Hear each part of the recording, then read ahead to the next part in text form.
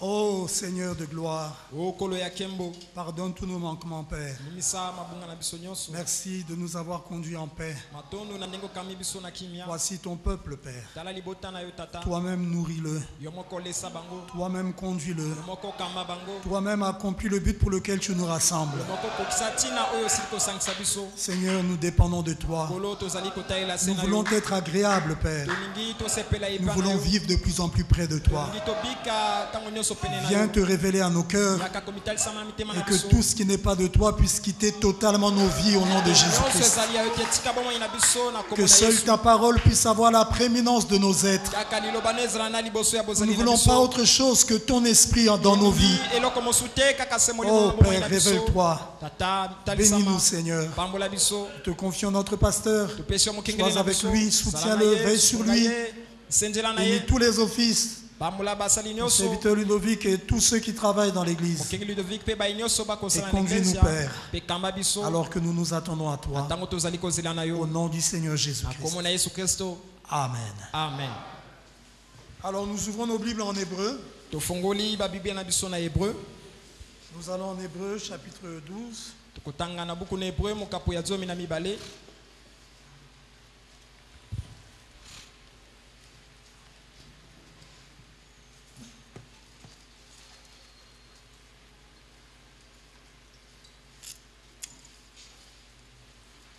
Hébreu chapitre 12.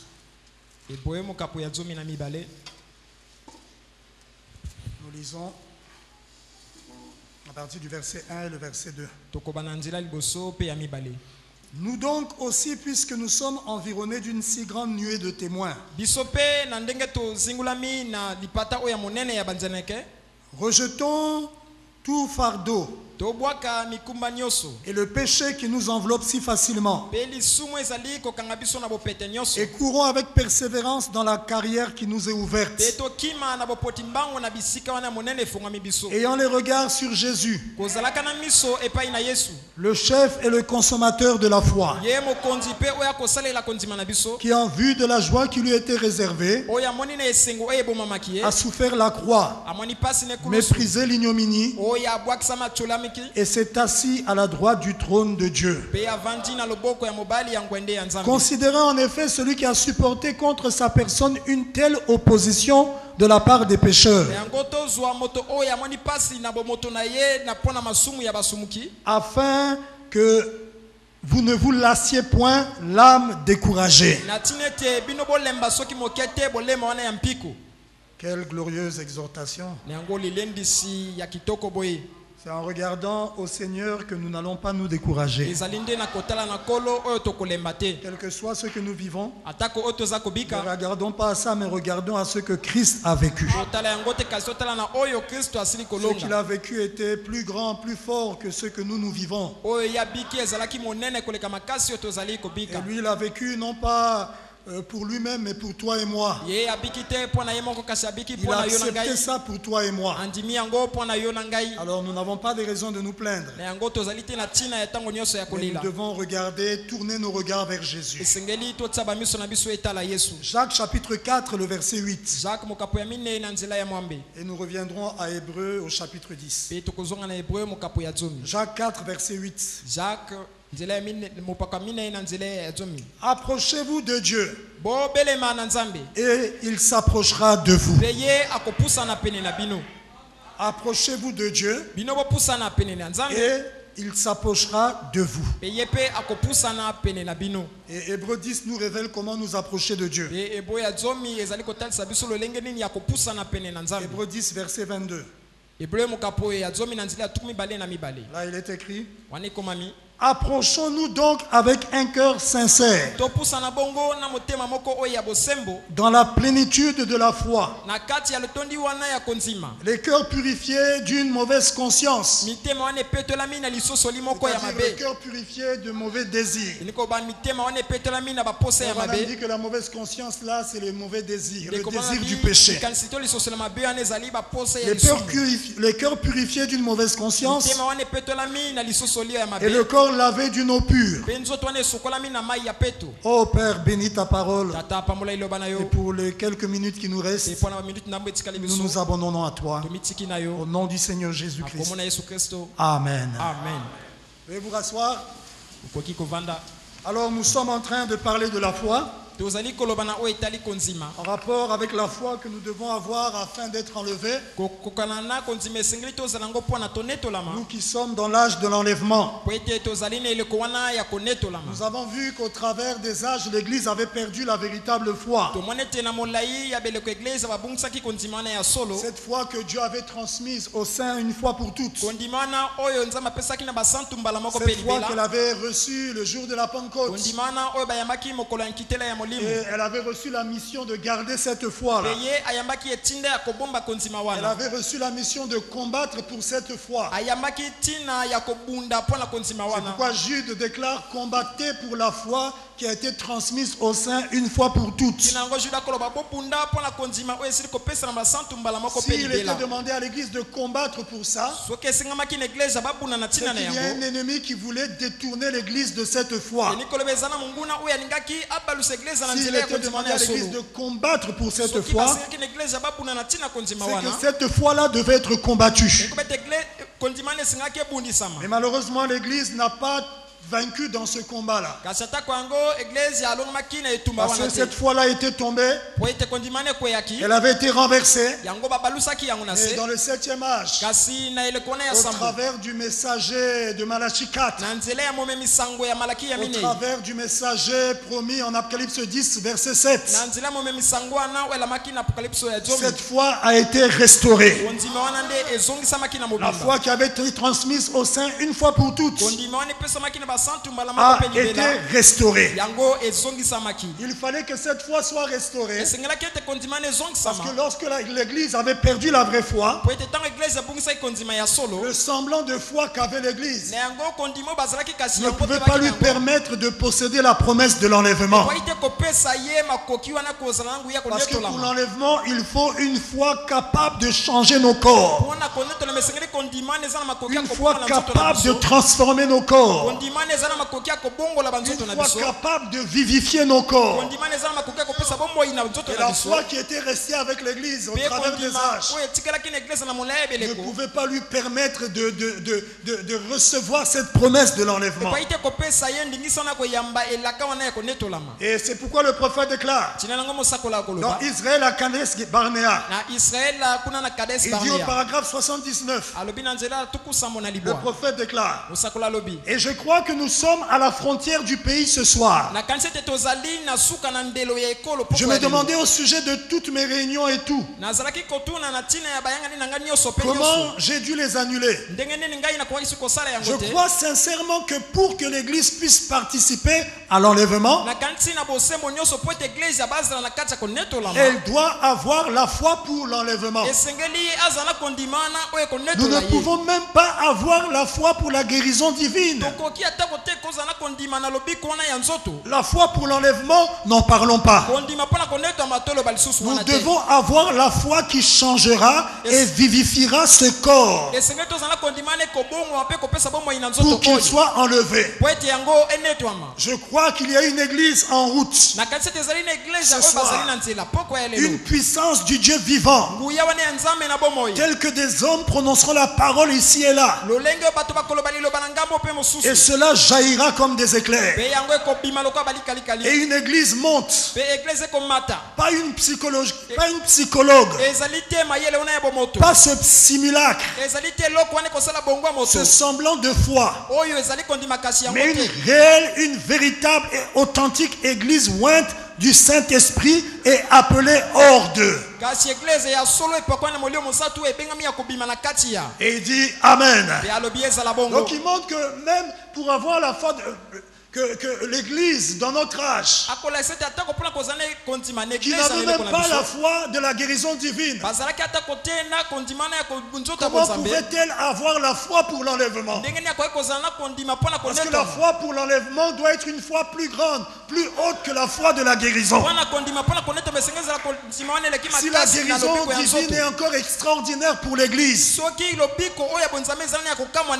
mais comment ira-t-elle dans l'enlèvement? Mais frère Branham dit, mais je crois ce soir qu'il y aura une église. Donc il y aura une église qui parviendra à cette foi-là. Malgré le semblant de foi manifesté dans l'église. Mais il y aura une église qui atteindra la foi qu'il faut pour être enlevée. Il dit une véritable et authentique église ointe du Saint-Esprit. Et donc si nous ne pouvons pas avoir la foi pour les petites choses, nous n'aurons pas la foi pour les grandes choses. Il faut d'abord commencer par les petites choses. Tu dois croire pour les petites choses. Tu dois exercer ta foi dans les petites choses. Et c'est ce qui élèvera ta foi pour les grandes choses. Et si tu ne crois pas déjà pour les petites choses, ne t'attends pas à croire pour les grandes choses. Et je crois que l'enlèvement est la plus grande chose qui soit. Parce que je vous rappelle que c'est vaincre la loi de la pesanteur. C'est que nos corps soient capables de vaincre la loi qui nous retient liés à la terre. Et ça, il faut une foi au-delà de la foi de la guérison divine. Si nous n'avons pas la foi pour les petites choses, comme la guérison divine, comment aurons-nous la foi pour les grandes choses comme l'enlèvement? Frère Branham déclare dans Dieu commissionnant Moïse, prêché le 3 juin 53, au paragraphe 4, Dieu commissionnant Moïse, du 3 juin 54, 53 plutôt. Paragraphe 4. Il dit, j'ai juste un petit témoignage avant la ligne de prière. Et juste au moment où la promesse était sur le point de s'accomplir, les Israélites s'en tiraient présomptueusement bien là en Égypte. Tout allait très bien. Oh, le grand prestige dont avait joui Joseph devant le roi, en sauvant l'Égypte pendant les 7 années de famine. Et Dieu lui avait accordé une faveur. Mais quand le temps de l'accomplissement de la promesse arriva, il s'éleva un pharaon qui n'avait point connu Joseph. Israël était allé en Égypte. Et à cause de la bénédiction qu'avait Joseph, qui était un Israélite, à cause du fait qu'il avait été une bénédiction pour tout l'Égypte, afin que l'Égypte ne meure pas de famine, le peuple d'Israël aussi avait été privilégié là-bas en Égypte à cause de Joseph, parce que Pharaon avait reconnu le Dieu de Joseph. C'est pourquoi il avait élevé Joseph au rang de gouverneur. Et le peuple d'Israël, le peuple de Joseph était privilégié là-bas en Égypte. Et Israël est resté pendant longtemps en Égypte.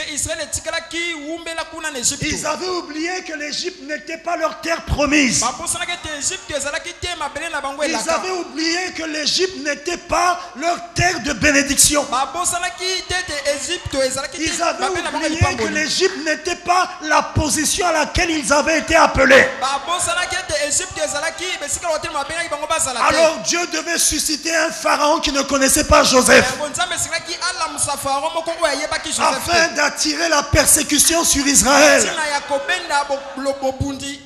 Parce que c'était le temps où le peuple d'Israël devait quitter l'Égypte pour arriver là-bas à Canaan.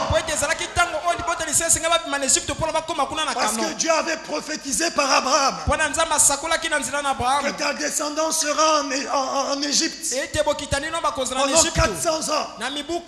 Mais je les délivrerai par ma main puissante et je les ramènerai ici dans ce pays. Mais Israël commençait à s'habituer à l'Égypte, se plaisait en Égypte. Et beaucoup d'enfants de Dieu se plaisent dans le monde. Alors que Dieu nous a fait la promesse d'aller dans l'enlèvement. Il y en a qui ne veulent pas quitter la terre.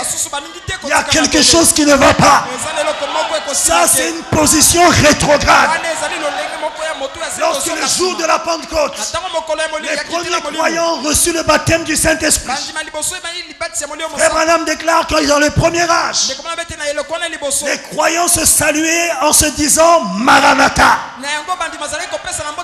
C'était leur salutation. Ils se disaient les uns les autres Maranatha, qui signifie Jésus vient bientôt. C'était leur joie. C'était leur expectative. C'était la plus grande attente qu'ils puissent désirer. Ils désiraient le retour du Seigneur Jésus-Christ. L'espoir de l'humanité, c'est le second venu du Seigneur Jésus-Christ. Et si toi tu n'es pas dans l'attente de la venue du Seigneur, tu n'es pas encore prête pour l'enlèvement. Je doute même que tu es le Saint-Esprit.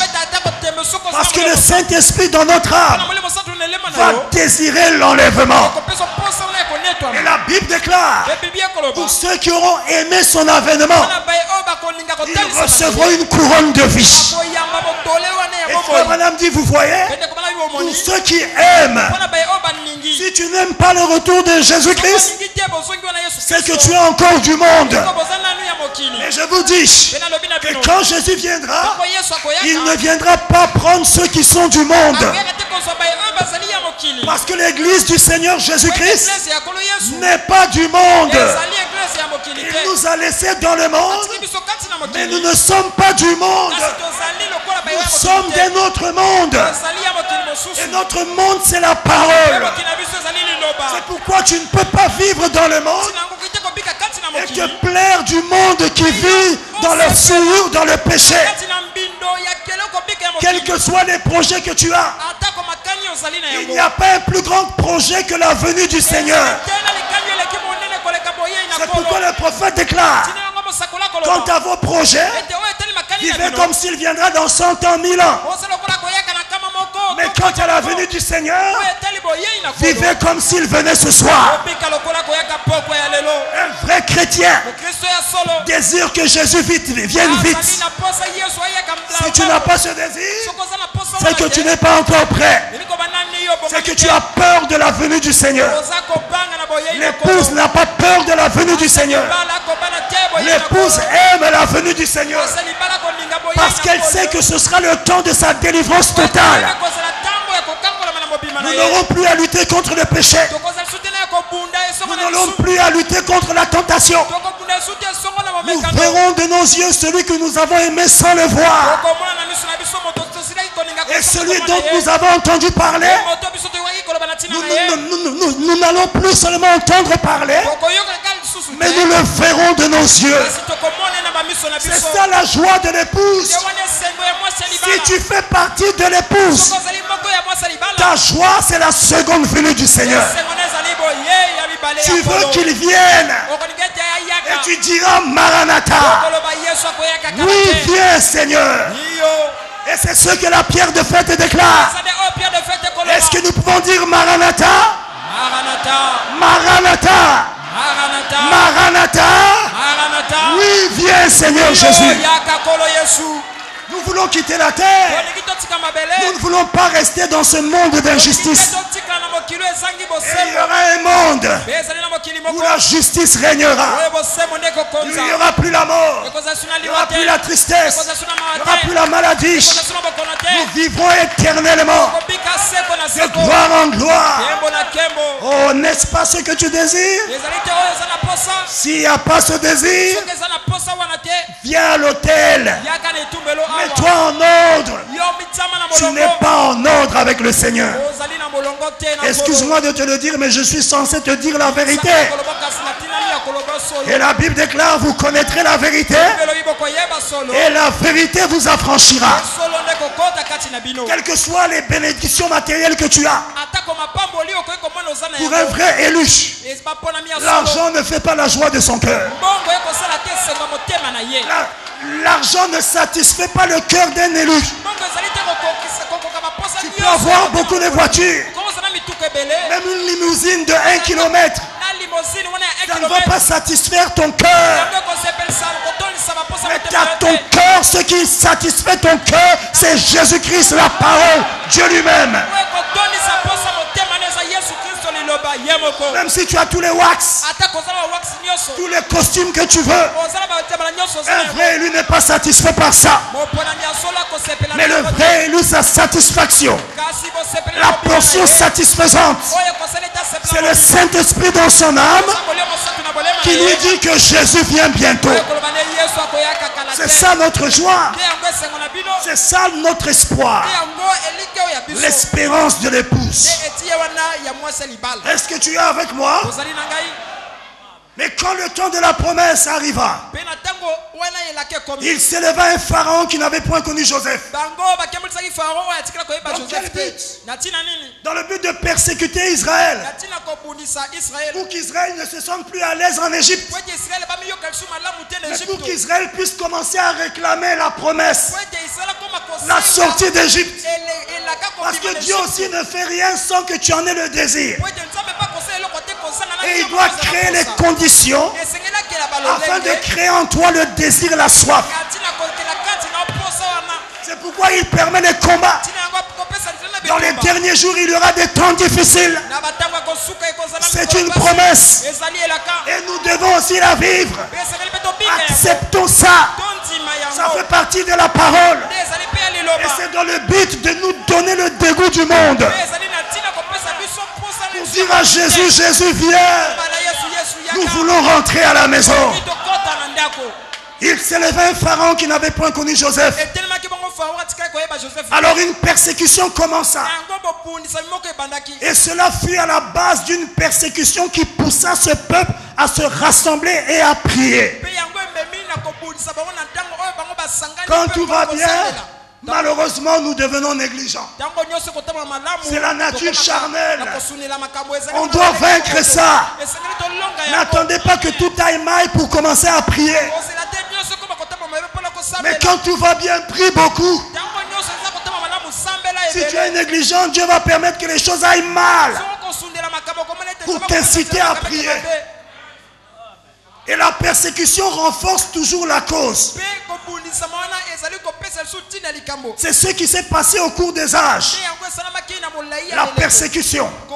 Je crois fermement qu'un jour, avant la venue du Seigneur, nos petites divergences seront aplanies. Dieu peut laisser le communisme nous forcer à nous rassembler. Mais il se produira quelque chose qui fera que nous serons d'un même accord, d'un même cœur.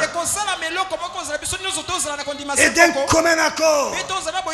Si maintenant nous ne pouvons pas avoir la foi pour la guérison, comment allons-nous avoir la foi de l'enlèvement? Il dit, il nous faut d'abord avoir la foi pour des petites choses avant les grandes. Et il y aura donc quelque chose qui fera que c'est cela relève de la providence de Dieu. Je ne sais pas, mais j'en ai vu une démonstration récemment. Et c'est ce dont j'aimerais vous parler. Donc nous devons avoir la foi pour l'enlèvement. Et avant d'arriver là, nous devons croire aux signes et aux miracles. Nous devons avoir la foi pour la guérison. C'est pourquoi Dieu dans notre âge, avant de nous amener à la foi de l'enlèvement, devait d'abord ramener la foi que les apôtres avaient. Parce que les apôtres croyaient aux signes et aux miracles. La guérison divine les accompagnait. Les dons étaient manifestés dans l'église des apôtres. Les 9 dons spirituels. C'était ça leur foi, la foi apostolique. La foi de nos pères. Ils croyaient en une parole qui se manifeste par le surnaturel. Ils ne croyaient pas seulement à la parole, mais ils croyaient au surnaturel. Les dons étaient en opération dans l'église. Dieu devait restaurer cette foi dans notre âge, la foi des apôtres et la vie que les apôtres avaient avec la guérison divine, les signes et les miracles, le ministère des anges visibles, il devait ramener cette foi-là, parce que c'est la foi de fondement. Ou si vous voulez, c'est le fondement de la foi. C'est ça la base. C'est la foi des apôtres. Il fallait qu'ils ramènent ça avant d'aller plus haut. Dans la prédication, je vois que tu es prophète. Prêchez le 14 juin 53, au paragraphe 15. Il fallait que Dieu ramène cette foi-là. La foi qu'avaient les apôtres. Avec les mêmes signes, la même puissance, les mêmes œuvres surnaturelles, les mêmes dons en opération. Et il dit, frère Branham, et oh Dieu, accorde aujourd'hui que nous puissions tous nous rassembler et voir tous ces 9 dons spirituels agir dans l'église. L'église qui n'a pas les dons en opération ne sera pas enlevée. L'église qui ne croit pas au surnaturel rendra compte à Dieu et ne sera pas enlevée. Donc nous puissions tous nous rassembler et voir tous ces 9 dons spirituels agir dans l'église, faire marcher tout le corps de l'église. Alors nous aurons l'enlèvement. Cela sera réduit et nous aurons l'enlèvement. Si nous ne pouvons pas avoir la foi pour la guérison divine, la foi des dons de l'esprit, de la puissance de Dieu, comment allons-nous avoir la foi pour l'enlèvement? L'église a encore du chemin à parcourir. Mais je crois que Dieu le fera. Est-ce que tu crois ça? Oui, Dieu le fera. Dieu accomplira cela. C'est pourquoi Dieu a ramené l'église dans notre âge au travers de la première œuvre du ministère de Frère Branham. La première mission, ramener le cœur des enfants au Père, ramener des cœurs des enfants que nous sommes à la foi de nos pères les apôtres, nous ramener à la foi apostolique. Pourquoi il faut que ce soit cette église-là? Parce que c'est l'église qui avait cette foi, qui avait reçu la promesse de l'enlèvement.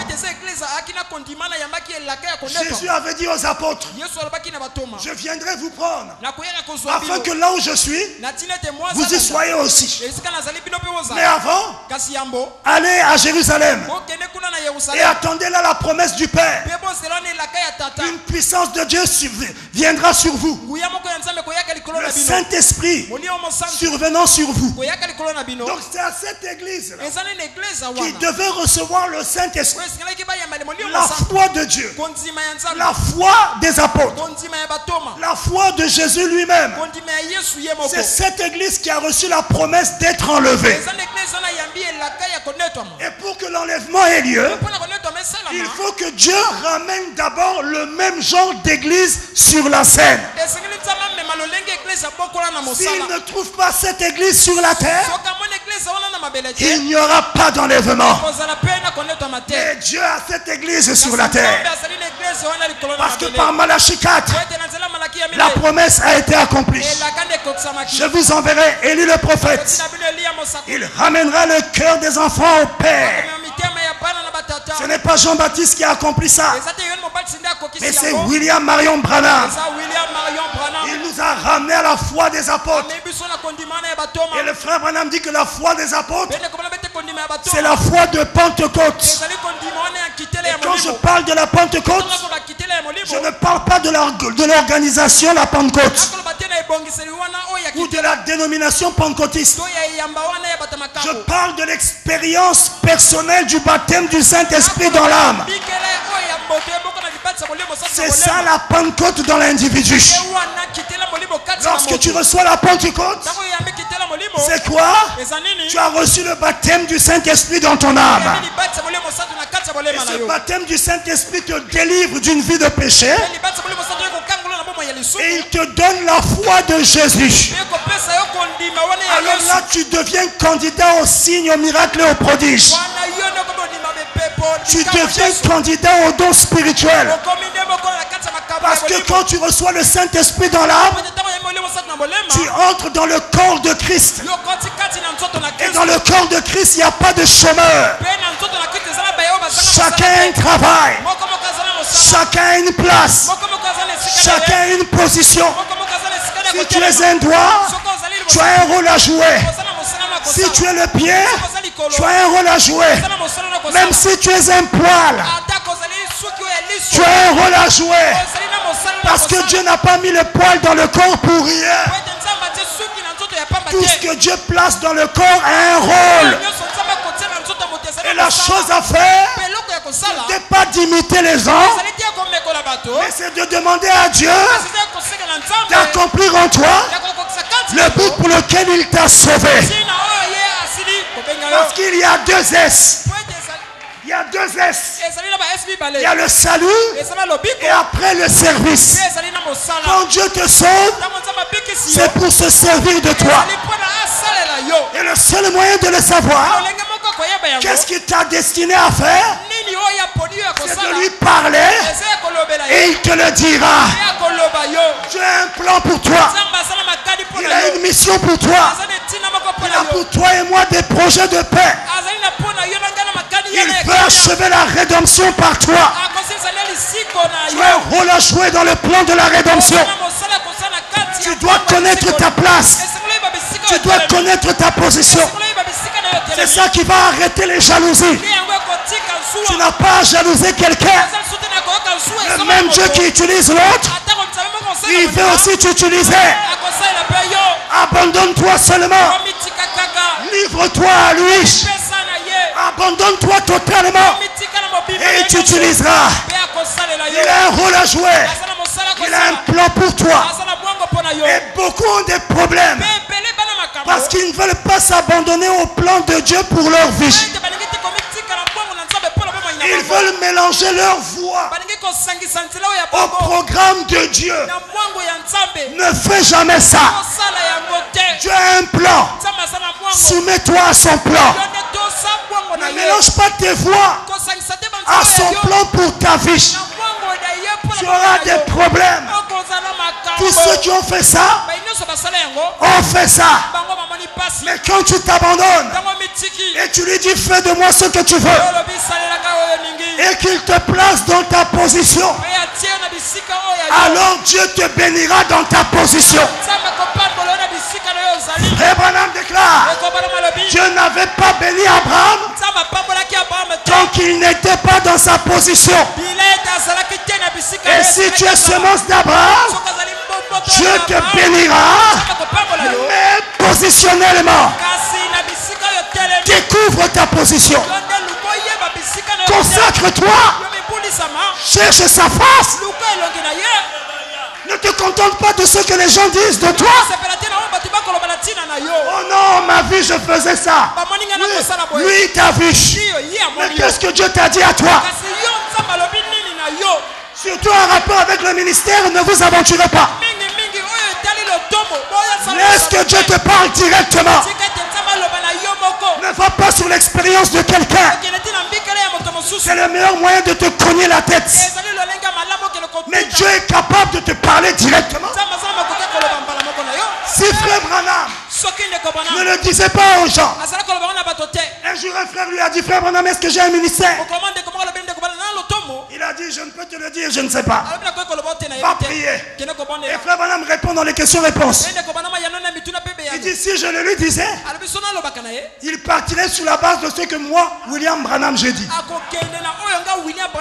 Mais je crois que Dieu est capable de lui parler directement. Un ministre fait partie du gouvernement de Dieu. Et toi et moi, on a du mal à parler au président parce qu'on ne fait pas partie du gouvernement. Hein?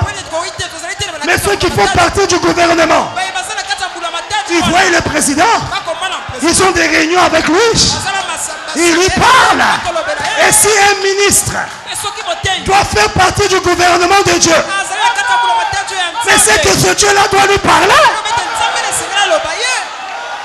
Comment ça? Oh non, une sœur avait eu un songe. Ah, mets ça à côté. Que Dieu te parle directement. Quand Dieu te révèle la chose et que c'est véritablement Dieu. Parce que la convoitise aussi peut te produire aussi des songes. Hein? La convoitise aussi peut produire des songes, des visions. Tu convoites tellement la sœur. Et avec ce parti pris, tu dis Seigneur, parle-moi. Et tout d'un coup, un songe vient. Tu te maries avec la sœur. Oh, Dieu m'a parlé.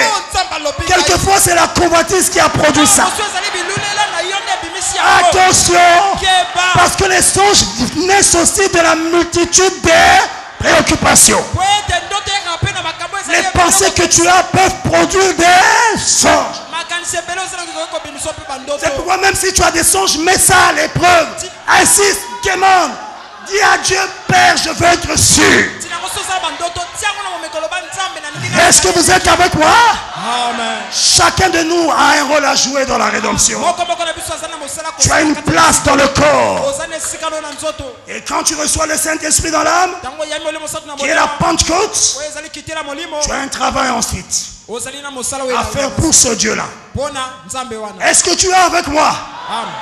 Donc la Pentecôte, le baptême du Saint-Esprit, vous donne la foi de Jésus. Et les signes et les miracles vous accompagnent. Et c'est cette église seule qui sera enlevée. Et quand je parle de l'église, je parle de l'individu. Je ne parle pas du bâtiment. Hein. Parce que tous ceux qui sont dans ce bâtiment n'ont pas le Saint-Esprit dans leur âme. Mais je parle de l'individu. Celui qui a dépassé la justification. Il a dépassé la sanctification. Il est entré dans le Saint des Saints. Et les rideaux sont tombés derrière lui. Il est dans le lieu insonorisé. Il n'écoute plus les bruits du dehors. Mais il mange de la manne cachée. Il voit la gloire de la Shekinah. Il voit Dieu dans sa vie. Il contemple les merveilles du Créateur. C'est à cela dont je parle. C'est ceux qui ont le Saint-Esprit dans leur âme. Est-ce que tu es avec moi? Amen. Maintenant je vais vous dire aussi que même la foi apostolique qui a été restaurée par Malachie 4, la foi de Dieu, la foi de Jésus, la foi des pères, ça ne pouvait pas permettre à l'église de partir dans l'enlèvement. Ah oui. Sinon, depuis le premier âge, l'église serait partie. Même la foi de Dieu, la foi du baptême du Saint-Esprit, la foi que le Saint-Esprit te donne, ne pouvait pas permettre à l'église d'aller dans l'enlèvement. Il fallait que quelque chose soit fait et qu'un autre genre de foi vienne. Une foi plus élevée, une foi plus grande, une foi supérieure. C'est la foi de l'enlèvement. C'est pourquoi Malachie 4 devait nous restaurer à la foi des apôtres. La foi de Jésus, c'est la première portion. Et après ça, la foi de l'enlèvement devait venir par la révélation des 7 tonnerres. Voilà votre double portion de la foi. La foi des apôtres et la foi de l'enlèvement. Voilà la double portion de la foi. Donc il ne faut pas s'arrêter à la foi apostolique. Il faut monter encore jusqu'à la foi de l'enlèvement. Maintenant, ça ne veut pas dire que la foi apostolique et la foi de l'enlèvement sont deux fois différentes. Maintenant, il faut comprendre ça. Il y a un lien entre ces deux fois. Entre la foi du baptême du Saint-Esprit, la foi de Dieu là, qui est en rouge, et la foi de l'enlèvement. Il y a un lien. Et pour comprendre ce lien, il faut comprendre le mystère de la plénitude. Qu'est-ce que j'entends par le mystère de la plénitude? C'est que dans tout ce que Dieu fait, il y a une plénitude. Toutes les œuvres de Dieu ont une plénitude à atteindre. En parlant du plan de la rédemption, le processus de la rédemption, il y a la justification, la sanctification, le baptême du Saint-Esprit. Les 3 étapes que vous connaissez. Frère Branham déclare que la justification, c'est l'œuvre du Saint-Esprit. C'est le Saint-Esprit qui accomplit ça dans l'individu. La sanctification aussi, c'est l'œuvre du Saint-Esprit. C'est le Saint-Esprit qui l'accomplit dans l'individu. Le baptême du Saint-Esprit aussi, c'est l'œuvre du Saint-Esprit. C'est-à-dire c'est le Saint-Esprit qui te remplit. Mais chacune de ces œuvres a une plénitude à atteindre. Il y a une plénitude. C'est pourquoi le prophète déclare: vous devez commencer par la parole. Il dit que la parole, c'est le grain. Dans la parole, il y a tout ce qu'il faut. Tout ce dont nous avons besoin se trouve dans la parole. La parole a la justification en elle. La sanctification aussi en elle. Quand je parle de la parole, je parle du message de l'heure. Il y a le baptême du Saint-Esprit. Commencez par la parole. C'est le grain. Tout comme dans un grain, il y a tout ce que le grain va manifester. Il y a les racines, il y a l'écorce, les tiges, les feuilles, les fleurs, les fruits. Tout se trouve dans le grain. De même dans la parole, il y a toutes les étapes. Et écoutez ce que le prophète déclare.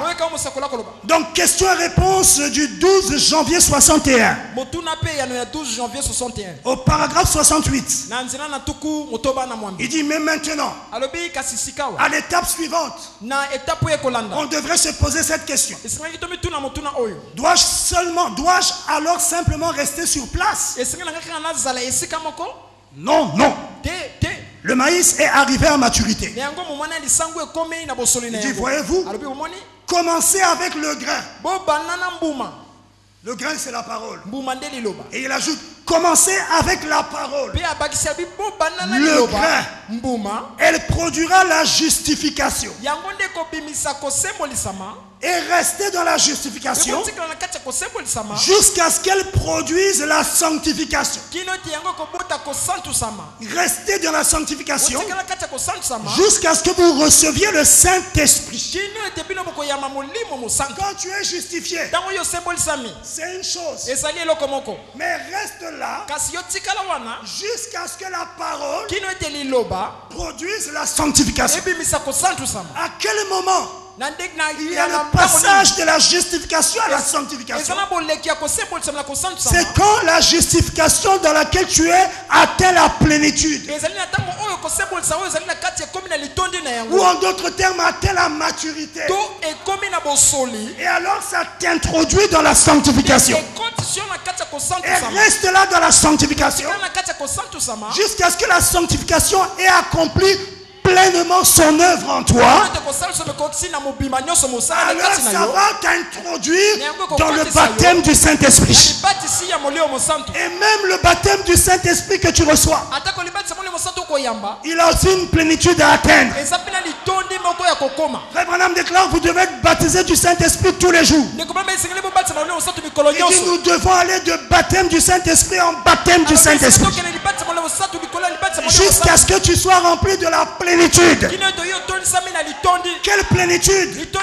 La plénitude qui t'a été destinée. Parce que tu es un vase. Et un vase ou un gobelet a une certaine capacité. Et tu dois être rempli jusqu'à déborder si tu veux. Tu as une plénitude qui doit être atteinte en toi. La plénitude de la justification vous introduit dans la sanctification. Et quand tu es dans la sanctification, et que la sanctification atteint sa plénitude en toi, tu es introduit dans le baptême du Saint-Esprit. Et quand tu es dans le baptême du Saint-Esprit et qu'il accomplit, il atteint la plénitude en toi, alors tu entres dans l'étape du Saint-Esprit lui-même. Nous verrons ça, c'est la pierre de fête, c'est l'adoption. Et même quand tu as adopté, ce n'est pas fini. Il y a la plénitude de l'adoption. Paul déclare que c'est la rédemption de nos corps. Parce qu'il y a l'adoption spirituelle. Quand Dieu te place en position d'autorité, et il y a l'adoption physique. Quand nos corps vont changer, tout ce que Dieu fait a une plénitude. Et même en rapport avec la foi qu'il te donne, la foi de Dieu, la foi de Jésus, elle a une plénitude qu'elle doit atteindre en toi. Ta foi doit atteindre la plénitude. Tu dois entrer dans la plénitude de la foi. Comme Abraham. Par la foi que nous recevons par le baptême du Saint-Esprit, nous devenons semence d'Abraham. Abraham était le père dans la foi. Et la foi qu'avait Abraham, c'était Christ. Christ qui produisait en lui la foi. Et quand le même Christ vient en toi, ça produira la même foi qu'avait Abraham. Par la foi, tu es semence d'Abraham. Quelle foi? Pas ta foi. Mais quand tu reçois la foi de Jésus, dans la Bible, Romains 4, verset 16, il est écrit Romains 4, 16. C'est pourquoi les héritiers le sont par la foi, pour que ce soit par grâce, afin que la promesse soit assurée à toute la postérité, non seulement à celle qui est sous la loi, mais aussi à celle qui a la foi d'Abraham, notre Père à tous. La foi d'Abraham, ceux qui ont la foi d'Abraham. En Galates chapitre 3, versets 6 et 7. Galates 3, 6 et 7. Comme Abraham crut à Dieu, et que cela lui fut imputé à justice. Reconnaissez donc que ceux qui ont la foi. Quelle foi? La foi d'Abraham. Reconnaissez donc que ce sont ceux qui ont la foi, qui sont fils d'Abraham. Est-ce que tu es avec moi? Nous parlons de la foi. C'est pourquoi je parle d'Abraham, pour vous parler de la plénitude de la foi. Par le baptême du Saint-Esprit, tu reçois la foi qu'avait Abraham. Et le prophète déclare dans l'appel d'Abraham, prêché le 16 novembre 55, au paragraphe 26, il dit: et au lieu de faiblir comme vous et moi, si Dieu ne répond pas juste là, dans la minute qui suit, eh bien j'ai manqué d'obtenir cela. Mais Abraham se fortifiait tout le temps, sachant que plus cela durait, la naissance du bébé, plus le miracle allait être glorieux. Quand Dieu t'a fait une promesse et que le temps tarde, ça ne doit pas t'affaiblir, mais ça doit te rendre de plus en plus fort. La Bible déclare à Abraham, chaque jour qui passait, il était plus fort dans la foi. Parce qu'il savait que plus le temps passait, plus le miracle serait plus glorieux. Et Frère Branham déclare: et si vous êtes enfant d'Abraham,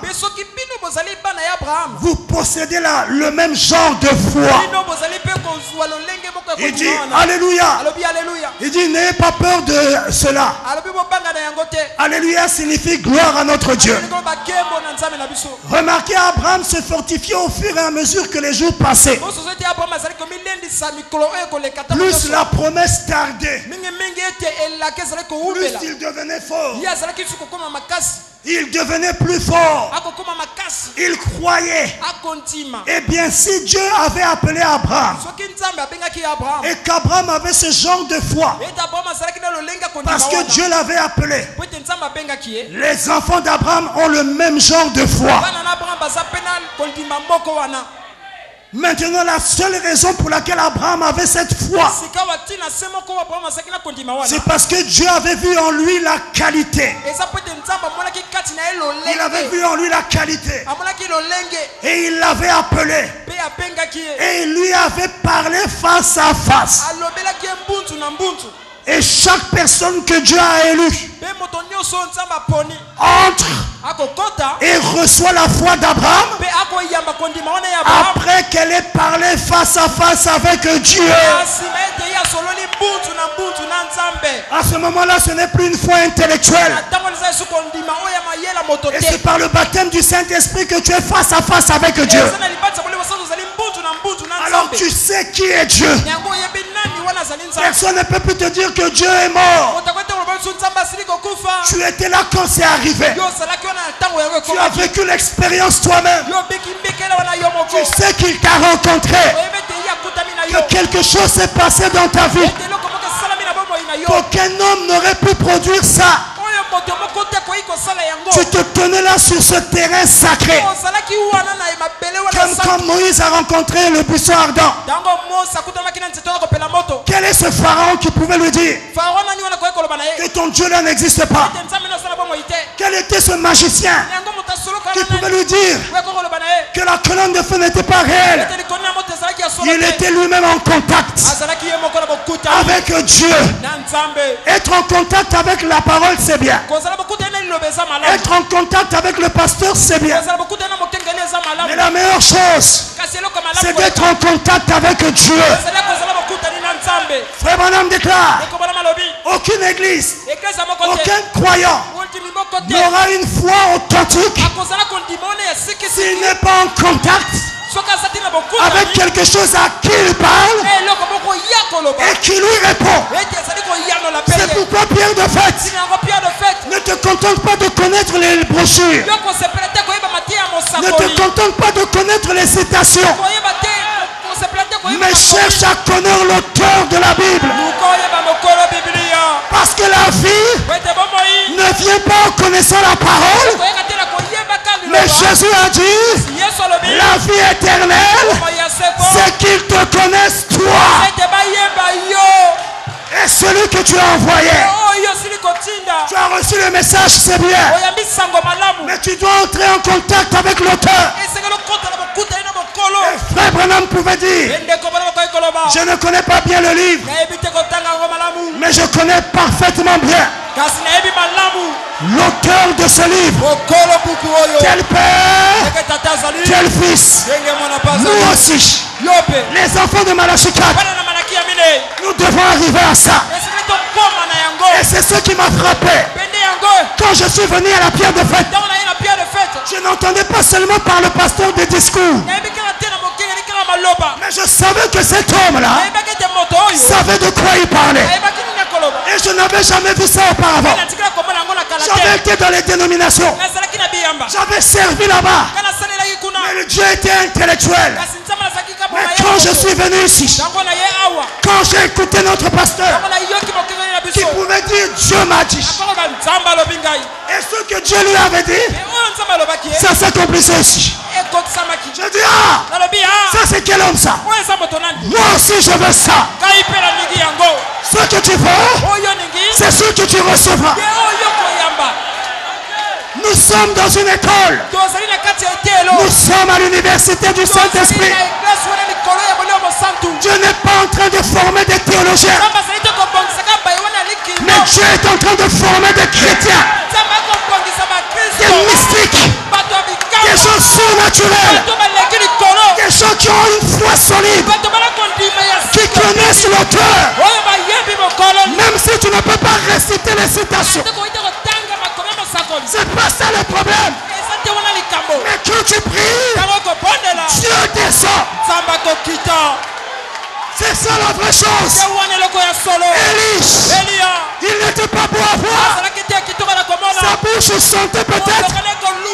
Mais lorsqu'il a dit, il ne pleuvra point, sinon à ma parole, il savait de quoi il parlait. Il avait été en contact.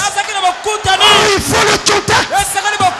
Bien de fait, Dieu est ici. Il veut entrer en contact avec toi. Le seul moyen pour avoir la vraie foi, c'est par la parole et par le contact. Cherche ce contact-là. Il y a ici Jésus qui peut te contacter. Même maintenant pendant que je parle. Il peut te rencontrer là où tu es. Tu n'as pas à chercher. Désire. Réclame. Si tu crois, reçois ce contact-là. Nous avons besoin d'un Dieu réel. Un Dieu qui peut te toucher. Il peut te toucher. Quelqu'un t'a touché. Comme au temps des apôtres, ils étaient dans la prison. Pierre dormait. Un ange est entré sous la forme de la lumière. La colonne de feu. Et pendant que je parle, elle est ici. L'ange est entré. Il a touché Pierre. Réveille-toi. Est-ce que tu crois qu'il est palpable? Amen. Est-ce que tu crois qu'il est ici? Amen. Il peut enlever le fibrome qui t'embête. Sans opération. Si tu le crois. Maintenant, il peut enlever le kyste qui t'embête. Je me sens bien. Il y a ici Jésus-Christ. Le Dieu de Branham. Le Dieu de Massamba. Le Dieu de la pierre de fête. Reçois ton miracle. Reçois ta guérison. Reçois l'onction au nom de Jésus. Amen. C'est assez d'un Dieu imaginaire. C'est assez d'un Dieu imaginaire. Vous n'avez pas besoin d'un Dieu imaginaire. Nous avons besoin d'une foi vivante dans le Dieu vivant. Il n'est pas mort. Pourquoi cherches-tu celui qui est vivant parmi les morts? Il est dans sa parole. Et il est ici en ce moment. Oh, est-ce que tu te sens bien? Ah, le corps. J'ai encore envie de prêcher là. Mais levons-nous, levons-nous. Reçois la solution à tes problèmes.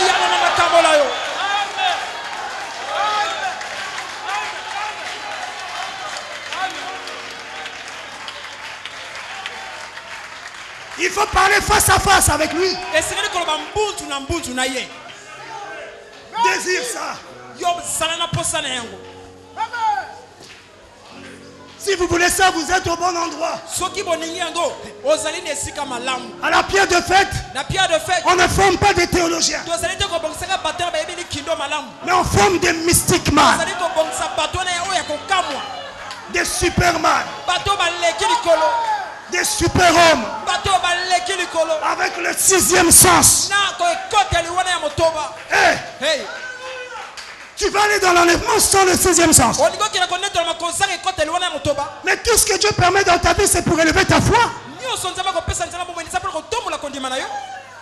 Quoi? Ce Dieu-là est ici. Écoutez la suite de la citation avant qu'on prie. Si nous sommes morts en Christ, nous devenons la postérité d'Abraham. Nous sommes héritiers selon la même promesse. Et puis la même foi qui était en Abraham habite dans ses enfants, qui appellent des choses qui ne sont pas comme si elles étaient. Si tu n'as pas de travail, tu ne dis plus j'ai pas de travail. Mais tu dis merci Seigneur parce que j'ai le travail. Ils appellent les choses qui ne sont pas comme si elles étaient. Oh merci Seigneur pour le travail que tu m'as donné. Merci pour le travail bien rémunéré. Parce qu'on ne doit pas prier seulement pour des petites choses. Dieu veut faire des grandes choses. Même si tu es malade, tu ne dis plus je suis malade. Merci Seigneur parce que tu m'as guéri. Ils s'appellent les choses qui ne sont pas comme si elles étaient. Merci Père parce que je suis libre. Je suis délivré du péché. Merci parce que je suis un saint. Je suis libre. Je te rends grâce dans ta prière. Abraham ne disait pas dans sa prière, oh Seigneur, donne-moi l'enfant. Donne-moi l'enfant. Et il pleurait. Oh, donne-moi l'enfant. Non, Abraham c'était pas ça. Il savait que comme il avait la promesse, pour Dieu c'est déjà réglé. Tu as la promesse, tu n'as plus à demander. Mais remercie. Merci Seigneur parce que tu m'as accordé le Saint-Esprit. Merci Seigneur parce que tu m'as rendu libre.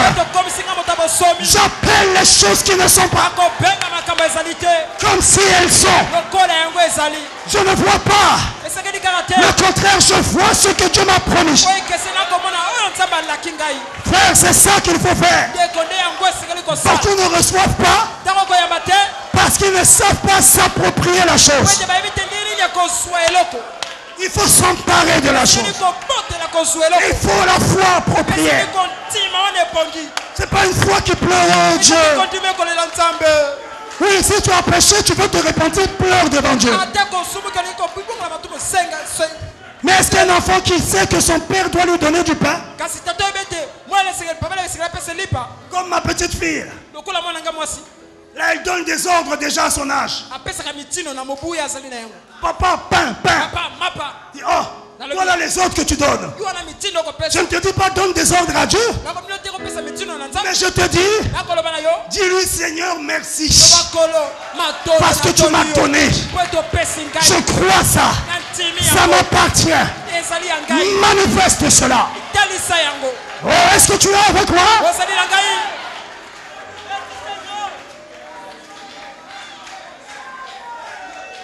Et frère Branham conclut dans la citation. Frère, si je peux seulement vous voir acquérir ce genre de foi ce soir, il n'y aura pas une seule personne faible parmi nous dans les 5 prochaines minutes. Les malades vont sortir guéris. Ceux qui sont faibles seront forts. Si tu peux avoir cette foi-là, qui appelle les choses qui ne sont pas comme si elles étaient, ça va te rendre fort. Et la chose s'accomplira en toi. Pierre de fait. Est-ce que tu peux dire Amen? Amen. Amen. Amen. Amen. Alors reçois cette foi-là. Nous allons chanter un cantique et chacun va parler à Dieu. Oh, merci Seigneur.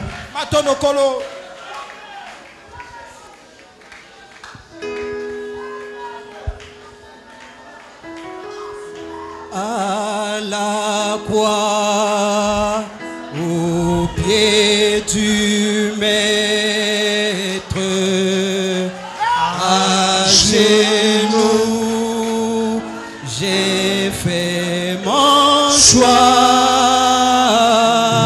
Sans disciple, je veux être tout près de lui par la foi.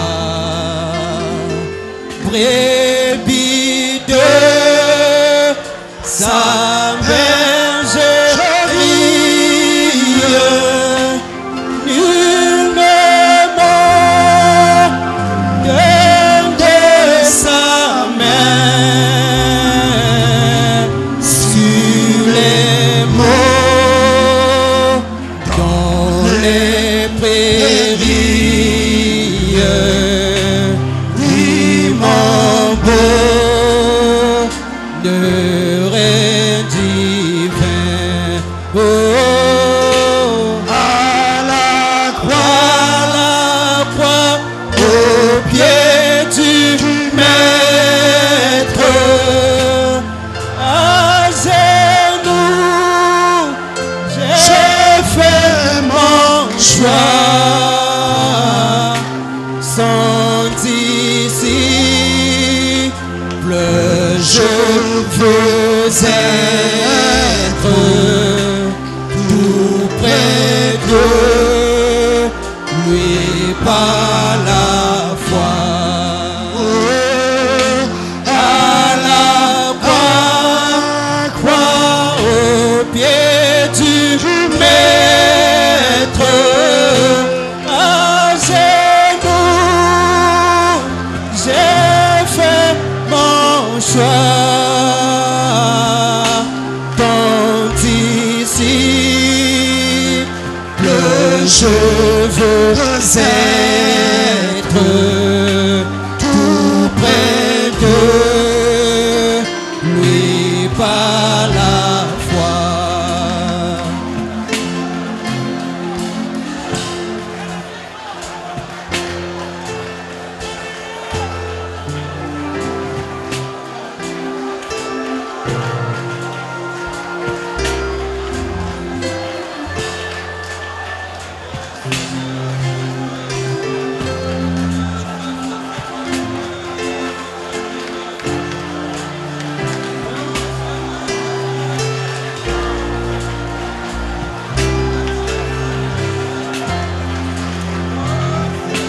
Depuis l'eau, joie splendide, la joie demeure dans mon cœur.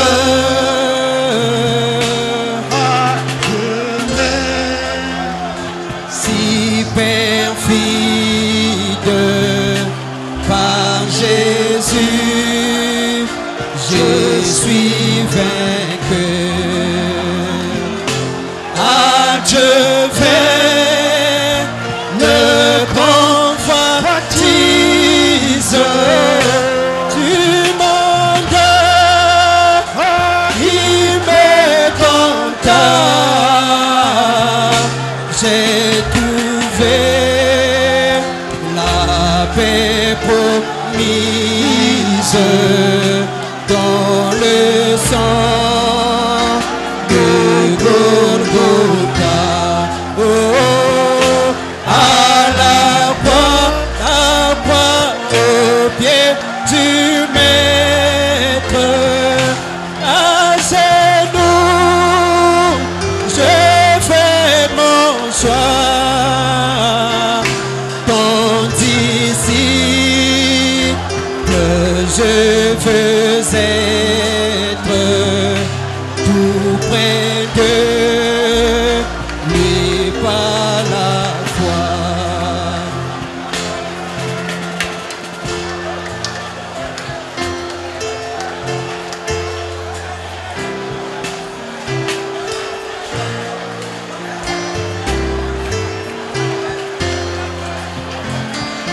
Bientôt ma tâche accomplie, j'entrerai tout droit au port où m'attend tout ce patrie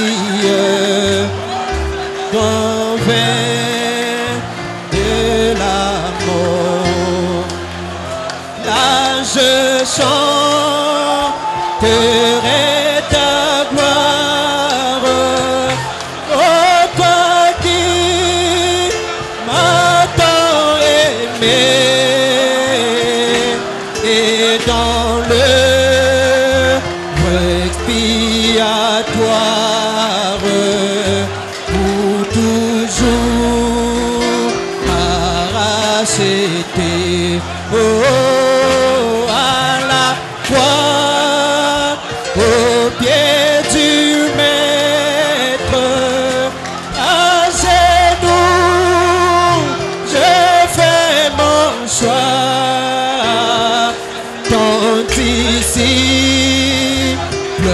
je veux être tout près de lui par la foi. Oh, à la croix, au pied du Maître, à genoux, je fais mon choix. Ton disciple, je veux être tout près de lui par la foi. Dis le Seigneur. Je sens la pression de la prière, la pression de la foi. Tout est possible maintenant. Si seulement tu peux croire, tout est possible. Pas demain, maintenant. Maintenant même, tout est possible. Si seulement tu peux croire. Seigneur de gloire, il est écrit tout est possible à celui qui croit. Nous croyons, Père. Nous croyons, Seigneur. Au nom de Jésus-Christ, qu'il soit accordé à chacun selon sa foi. Au nom de Jésus-Christ, que les maladies quittent, les fibromes, les kystes, les maladies incurables. Satan, nous ne croyons pas seulement pour des petites choses, mais nous venons à toi avec la foi pour des grandes choses. Nous t'ordonnons, toi Satan et tout ton royaume, quitte les enfants de Dieu, libère-les au nom du Seigneur Jésus-Christ. Quelle que soit leur requête, qu'il leur soit accordé selon leur requête au nom de Jésus-Christ. Au nom de Jésus-Christ. Au nom de Jésus-Christ. Recevez selon vos requêtes. Sois guéri, sois délivré, sois libéré, sois rempli, sois roi au nom de Jésus-Christ. Roi du Saint-Esprit. Reçois le travail. Reçois ce dont tu as besoin. Il est ici pour accomplir sa parole. Le Dieu d'Élie est ici. Il veille sur sa parole pour l'accomplir. Crois cela. Nous croyons, Seigneur, et nous recevons selon notre foi. Nous recevons tout ce que notre foi croit maintenant. Nous recevons tout ce que notre foi croit maintenant. Nous recevons, nous acceptons cela et nous te disons merci parce que nous avons reçu. Merci parce que nous sommes guéris. Merci parce que nous sommes libres. Merci parce que nous sommes remplis du Saint-Esprit. Merci parce que tu nous as accordé ce que nous croyons. Merci Père. Bénis ton peuple.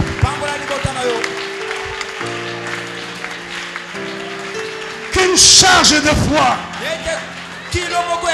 s'installe dans leur cœur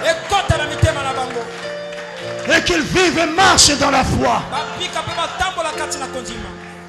Merci Seigneur pour tout. Entre avec chacun d'entre nous, Père.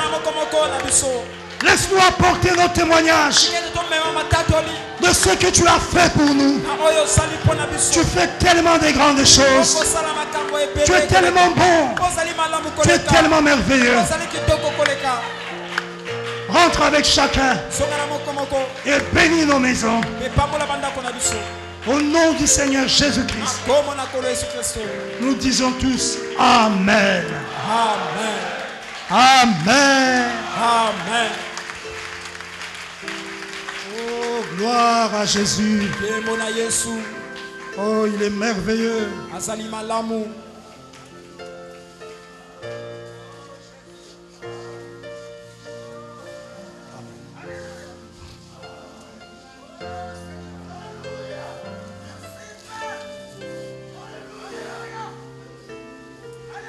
Un témoignage. J'étais venu très faible. Vu que le palu me dérange depuis dimanche, j'ai dit à Dieu de me rencontrer pendant le culte. Et lorsque le pasteur a parlé du contact réel avec Dieu,